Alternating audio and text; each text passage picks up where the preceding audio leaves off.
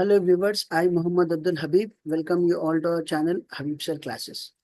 In this video, we'll be discussing Unit 3, Chapter 3, Accounting for Not-for-Profit Organizations. And the topic that we are going to discuss is Income and Expenditure Account. The weightage for this kind of problem in board exams is for 10 marks. ये जो problem है Income and Expenditure का, ये board exams में 10 marks के लिए आएगा और ये consignment के साथ choice में आएगा. So here is the problem, page number 126, question number 4. Kamareddy Youth Club gives you their receipts and payments account and other information and requests you to prepare their income and expenditure account for the year ended 31st March 2019. अब ये problem किसका है? Kamareddy youth club वालों का है और वो लोगों का ऑलरेडी रिसीट्स एंड पेमेंट्स बना हुआ है और ये रिसीट्स एंड पेमेंट्स के बेसिस पे अपने को इनकम एंड एक्सपेंडिचर अकाउंट बनाना है. कौन से साल के लिए? For the year ended 31st मार्च 2019. अब ये साल खत्म कब हो रहा? 2019 में खत्म हो रहा. इसका मतलब ये शुरू कब हुआ? इससे एक साल पहले 2018 में शुरू हुआ. तो अपना प्रॉब्लम 2018 से लेके 2019 का है. मतलब our current year is from 2018 to 2019. इससे पहले जो भी आएगा वो प्रीवियस ईयर, इसके बाद में जो भी आएगा वो next year. So before we start the problem for income and expenditure account, let us recollect 3 points which we use for preparing receipts and payments account. Receipts and payments account बनाने के लिए अपने को 3 points लगते.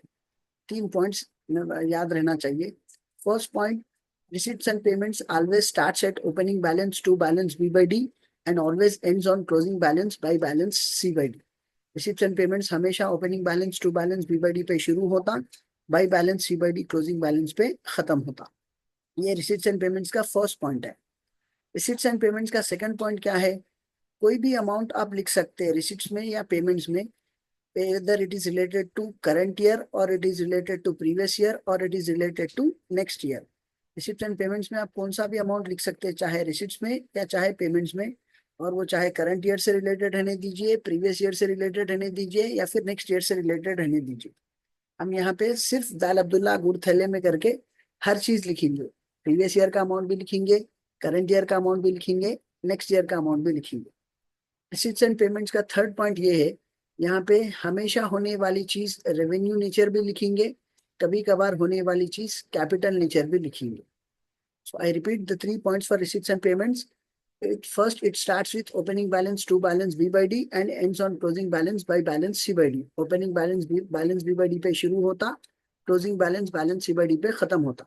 Second point, any amount can be recorded whether it is related to current year or previous year or next year. दूसरा point ये है कि हम रिसीट्स एंड पेमेंट्स में कोई भी अमाउंट रिकॉर्ड कर सकते, चाहे वो करंट ईयर से रिलेटेड रहने दीजिए, प्रीवियस ईयर से रिलेटेड रहने दीजिए या फिर नेक्स्ट ईयर से रिलेटेड रहने दीजिए. थर्ड पॉइंट, हमेशा होने वाली चीज रेवेन्यू नेचर का अमाउंट भी हम रिकॉर्ड करेंगे, कभी कभार होने वाली चीज कैपिटल नेचर का अमाउंट भी हम रिकॉर्ड करेंगे. The third point is we will be recording any amount be it of revenue nature और capital nature. Now coming to income and expenditure account. Income and expenditure account में receipts and payments के जो 3 points थे वो तीनों के तीनों opposite हो जाते. जैसे कि first point receipts and payments में क्या था? Starts at opening balance, ends at closing balance. तो इनकम एंड एक्सपेंडिचर में क्या करेंगे? हम ना ओपनिंग बैलेंस लिखेंगे ना क्लोजिंग बैलेंस लिखेंगे. रिसीट्स एंड पेमेंट्स में हम ओपनिंग बैलेंस भी लिख रहे हैं, क्लोजिंग बैलेंस भी लिख रहे हैं.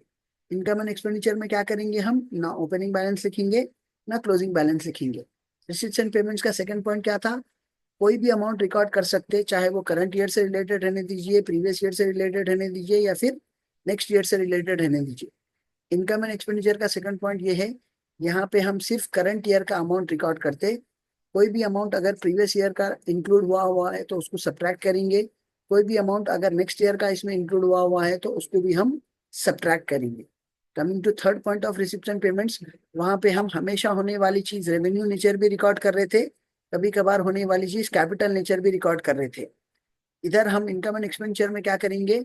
हमेशा होने वाली चीज रेवेन्यू नेचर रिकॉर्ड करेंगे, कभी कभार होने वाली चीज कैपिटल नेचर रिकॉर्ड नहीं करेंगे. Let us start the problem. Here is the question of Kamareddy Youth Club. So we are provided with receipts and payments account of Kamareddy Youth Club with some additional information. अब यहाँ पे कुछ adjustments है. Adjustments किस किस पे है? Outstanding subscriptions for as on 31st March 2019 1500. So एक adjustment subscriptions पे है. Second adjustment is again on subscriptions received in advance on 31st March 2019 500. Subscriptions पे अपने को दो adjustment है, एक outstanding subscriptions और एक subscriptions received in advance. तीसरा adjustment we have value of old furniture sold is 45,000. यहाँ पे हम sale of old furniture 42,000 बेच रहे. So in this problem we have three adjustments. Let us start the problem. Receipts and payments have been prepared and we are asked to prepare income and expenditure account. So here is the solution, and the heading for the solution will be taken as income and expenditure account of Kama Reddy Youth Club for the year ended 31st March 2019, and the format for income and expenditure will be expenditure amount rupees, income amount rupees. Towards extreme left will be writing DR debit and towards extreme right will be writing CR credit. So while writing the name, we are writing it as income and expenditure account. जब हम नाम लिख रहे तो हम income and expenditure लिख रहे, मतलब इनकम का नाम पहले आ रहा, एक्सपेंडिचर का नाम बाद में आ रहा. But when we draw the format, expenditure name will be written first, income name will be written later. जब हम फॉर्मेट ड्रॉ करेंगे, एक्सपेंडिचर का नाम पहले लिखेंगे, इनकम का नाम बाद में लिखेंगे. And one more interesting thing is that whatever is given as receipt in the question, it will be converted as income. Whatever is given as payments in the question, it will be converted as expenditure. मतलब question में जो 2 है वो solution में by होगा, question में जो by है वो सॉल्यूशन में 2 होगा. Let us start the problem. Here it is given as receipts to balance BYD 22,800. तो receipts and payments में क्या है, ये ओपनिंग बैलेंस है, और यहाँ पे आखिरी में जो है बाई बैलेंस CBD 24,000, ये क्लोजिंग बैलेंस है. रिसीट्स एंड पेमेंट्स में क्या रहता है, हम ओपनिंग बैलेंस भी रिकॉर्ड करेंगे, क्लोजिंग बैलेंस भी रिकॉर्ड करेंगे. बट इनकम एंड एक्सपेंडिचर का पॉइंट क्या है, हम इनकम एंड एक्सपेंडिचर में ना ओपनिंग बैलेंस रिकॉर्ड करते ना क्लोजिंग बैलेंस रिकॉर्ड करते. So we are not going to record opening balance nor we are going to record closing balance. Then opening balance के बाद अगली चीज क्या है, सब्सक्रिप्शंस 70,000, जिसपे अपने को दो एडजस्टमेंट है, एक आउटस्टैंडिंग सब्सक्रिप्शन 1500, दूसरा subscription received in advance 500. So first जो 2 सब्सक्रिप्शन है जो रिसिप्ट में है वो सोल्यूशन में क्या होगा, इनकम में कन्वर्ट होगा. सो इसको हम पहले इनकम में कन्वर्ट करेंगे बाय सब्सक्रिप्शंस. इनकम में लिखेंगे आप बाय सब्सक्रिप्शंस 70,000. इस पे पहला एडजस्टमेंट क्या है, आउटस्टैंडिंग सब्सक्रिप्शन 1500. सो आउटस्टैंडिंग हम कभी भी प्लस करेंगे, add outstanding subscriptions. Outstanding subscriptions का अमाउंट कितना है, 1500. So add outstanding subscriptions 1500. So 70,000 plus 1500, it becomes 71,500.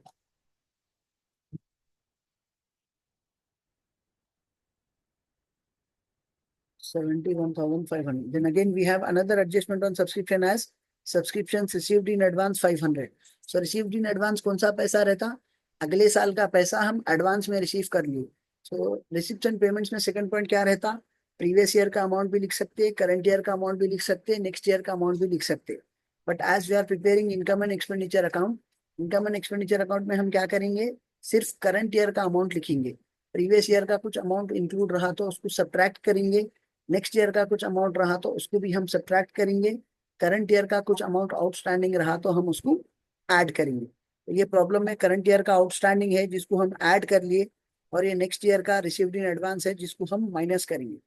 उसको यहाँ पे लिखेंगे less subscriptions received in advance, less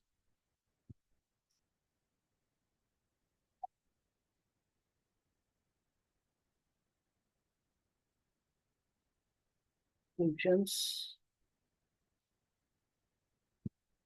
received in advance. यहाँ पे रिसीव्ड इन एडवांस कितना करें हम, 500 रुपीज. वो 500 हम सब्ट्रैक्ट करेंगे, 71,500 माइनस 500. 71,500 minus 500 it becomes 71,000. तब क्योंकि सब्सक्रिप्शन से और कुछ भी एडजस्टमेंट बाकी नहीं है, so the amount will be recorded in order column as 71,000. Then after subscriptions we have donations for mineral water 80,000। यहाँ पे डोनेशंस का अमाउंट कितना है? Donations for mineral water is given as 80,000। Donations are of two types. डोनेशंस दो तरह के रहते, एक जनरल डोनेशन, दूसरा स्पेसिफिक डोनेशन। डोनेशंस कितने तरह के रहते? दो तरह के डोनेशंस रहते, एक है जनरल डोनेशन, दूसरा है specific donation. What is general donation? General donation किसको बोलते? The donor of the amount will not specify you the purpose for which the amount is to be utilised. जो साहब आपको पैसे डोनेट करेंगे, वो आपको वो पैसे कहाँ पे इस्तेमाल करना है उसका कुछ पर्पस स्पेसिफाई नहीं करेंगे, बिना कुछ बोले वो पैसा दे देंगे, उसको हम जनरल डोनेशन बोलते हैं। And what is specific donation? Specific donation is the amount of donation in which the donor of the amount will specify you the purpose for which the amount is to be utilized. General donation क्या था? Donation देने वाले आपको बिना कुछ बोले पैसा दे देंगे और चले जाएंगे, इसका मतलब आप वो पैसा कोई भी काम में इस्तेमाल कर सकते हो। और स्पेसिफिक डोनेशन, डोनेशन देने वाले आपको वो पैसा कहाँ इस्तेमाल करना है बोल कर देंगे, तब आप क्या करेंगे? वो पैसा सिर्फ वो काम में इस्तेमाल करेंगे। अब यहाँ पे donations are received for mineral water 80,000, तो ये जो 80,000 रुपए मिल रहे, ये मिनरल वाटर के लिए मिल रहे, तो ये जनरल डोनेशन है या स्पेसिफिक डोनेशन है? स्पेसिफिक डोनेशन है। तो अब इनकम एंड एक्सपेंडिचर का एक पॉइंट है कि डोनेशंस दो तरह के रहते, एक जनरल डोनेशन, एक स्पेसिफिक डोनेशन, जिसमें हम इनकम एंड एक्सपेंडिचर अकाउंट में स्पेसिफिक डोनेशंस रिकॉर्ड नहीं करेंगे, ये हम बैलेंस शीट बनाते वक्त लायबिलिटीज में बताएंगे। But as of now we are not preparing balance sheet, we are preparing only income and expenditure account. ये सिर्फ इसको इग्नोर करेंगे। क्यों इग्नोर करेंगे? क्योंकि ये स्पेसिफिक डोनेशन है।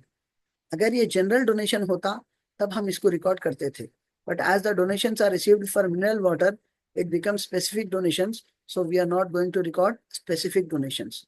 Then we have the another item as to sale of old furniture 42,000। यहाँ पे हम एक पुराना फर्नीचर बेच रहे, 42,000 में बेच रहे, इस पे अपने को एक एडजस्टमेंट है, the value of old furniture sold is 45,000। इधर क्या दिया हुआ है? सेल ऑफ ओल्ड फर्नीचर 42,000, इसका मतलब आप एक पुराना फर्नीचर 42,000 में बेच रहे हैं। एडजस्टमेंट क्या दिया हुआ है? Value of furniture sold is 45,000, मतलब आप जो भी फर्नीचर बेच रहे हैं वो 45,000 का है, बट आप उसको बेच रहे 42,000 में। So the value of furniture is 45,000 and it is being sold for 42,000। So we are suffering a loss of 3,000 rupees. 45,000 का फर्नीचर 42,000 में बेचने से 3,000 का नुकसान हो रहा, तो आप उसको एक्सपेंडिचर में बताएंगे to loss on sale of, to loss on sale of old furniture. Furniture कितने का था? 45,000 का था, आप उसको बेच रहे 42,000 में, so we are suffering a loss of 3,000। Then after sale of old furniture we have interest on investment 10,200। Investment किसको बोलते हैं? अपना पैसा कहीं भी इन्वेस्ट करने को हम इन्वेस्टमेंट बोल के बोलते हैं। तो इन्वेस्टमेंट एक ही बार होता, वो रिकॉर्ड नहीं होगा। क्यों? क्योंकि वो कैपिटल नेचर का है। बट जो भी आप इन्वेस्ट कर रहे हैं उस पे जो रिटर्न्स आएंगे वो बार बार आएंगे, जो रेवेन्यू नेचर का रहता। So investment is done only once. It is of capital nature. It will not be shown in income and expenditure account. But whatever we invest, we'll be getting some returns on it. उस पे जो interest आएगा वो बार बार आएगा। So interest on investment ये revenue nature का है, तो हम इसको रिकॉर्ड करेंगे। तो समझ में क्या आया? इन्वेस्टमेंट एक ही बार होता, कैपिटल नेचर का है, हम उसको रिकॉर्ड नहीं करेंगे। इंटरेस्ट ऑन इन्वेस्टमेंट बार बार आते, रेवेन्यू नेचर का है, हम उसको रिकॉर्ड करेंगे। यहाँ पे interest on investment is given as 10,200, so it will be shown as income by interest on investment 10,200। हम उसको इनकम में बताएंगे by interest on investments 10,200।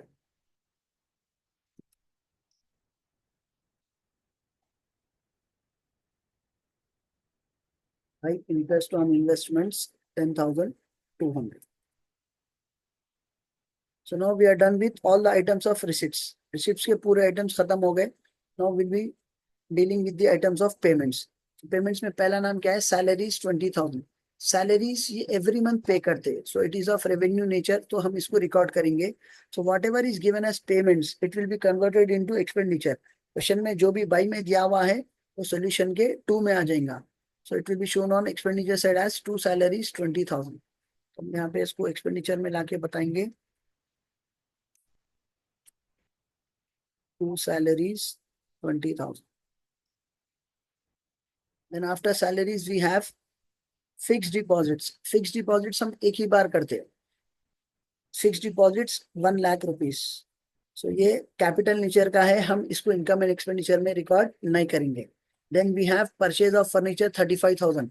Furniture भी हम सिर्फ एक ही बार खरीदते. Again it is of capital nature, it will not be shown in income and expenditure account. Then we have purchase of share 20,000. Shares भी हम एक ही बार खरीदते. Again, it is of capital nature. It will not be shown in income and expenditure account. Then we have printing and stationery 20,000. Printing and stationery का काम बार बार होता. It is of revenue nature. It can be shown as, it will be shown as expenditure. तब ये 20,000 हम क्या करेंगे? Expenditure में बताएंगे to printing and stationery 20,000. इधर आके लिखेंगे आप to printing and stationery 20,000. Then after printing and stationery we have general expenses 6,000. कोई भी ऑर्गेनाइजेशन के लिए जनरल एक्सपेंसेस कॉमन खर्चे रहते जो हर बार रिपीट होते रहते. It is of revenue nature, it can be it will be shown as expenditure. General expenses क्या करेंगे हम, फिर से इसको एक्सपेंडिचर में बताएंगे to general expenses 6,000 rupees.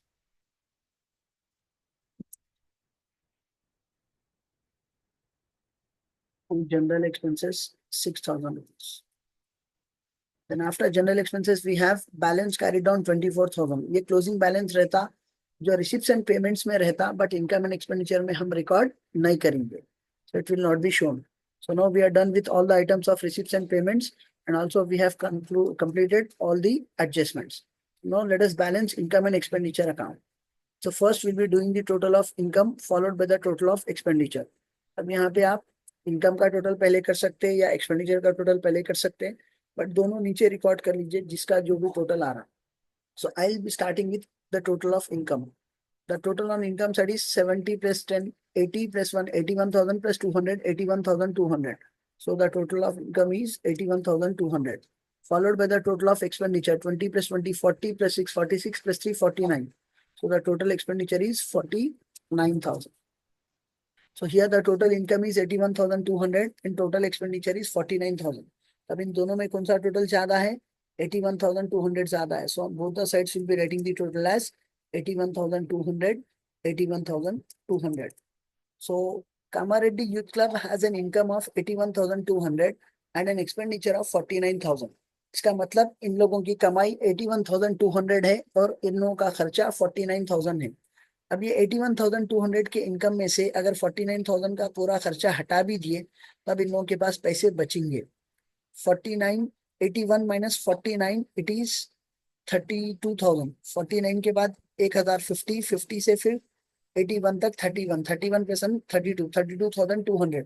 So if we subtract 49,000 from 81,200, still Kamareddy Youth Club will be left out with an amount of 32,200. So it will be surplus for them. ये लोगों के पास जो कमाई है, जो आमदनी है वो 81,200 है और ये ऑर्गेनाइजेशन का जो खर्चा है वो 49,000 है. ये लोगों के कमाई में से अगर पूरा खर्चा हटा भी दिए still they are left out with a sum of 32,200 which will be surplus to the organization. तो ये दोनों का डिफरेंस अमाउंट जो है 32,200 वो शॉर्टेज किधर आ रहा अपने को? एक्सपेंडिचर की तरफ आ रहा. तो इधर लिखेंगे हम 32,200 and will be shown as to surplus. Brackets में लिखेंगे excess of income over expenditure. तो यहाँ पे हम शॉर्टेज जिधर आ रहा उधर लिख रहे 32,200 और उसको क्या लिखेंगे? To surplus. इसका मतलब क्या? अपनी आमदनी ज्यादा है, अपना खर्चा कम है. कमाई ज्यादा है और खर्चा कम है, तो जो भी कमा रहे उसमें से अगर पूरा खर्चा हटा भी दिए तो अपने को इतने पैसे बच रहे हैं. इसीलिए यहाँ ब्रैकेट्स में क्या लिख रहे हैं? Excess of income over expenditure.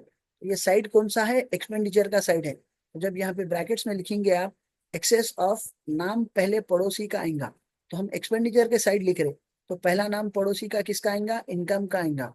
So it will be shown as excess of income over expenditure. अगर हम इस तरफ लिखते तब क्या आता? Excess of expenditure over income आता और वहां पे सरप्लस के बजाय हम डेफिसिट लिखते. But in this problem as we are having surplus it will be shown on expenditure side as to surplus 32,200, and in brackets it will be shown as excess of income over expenditure. Hope you have understood the topic. See you all in next video. Thank you.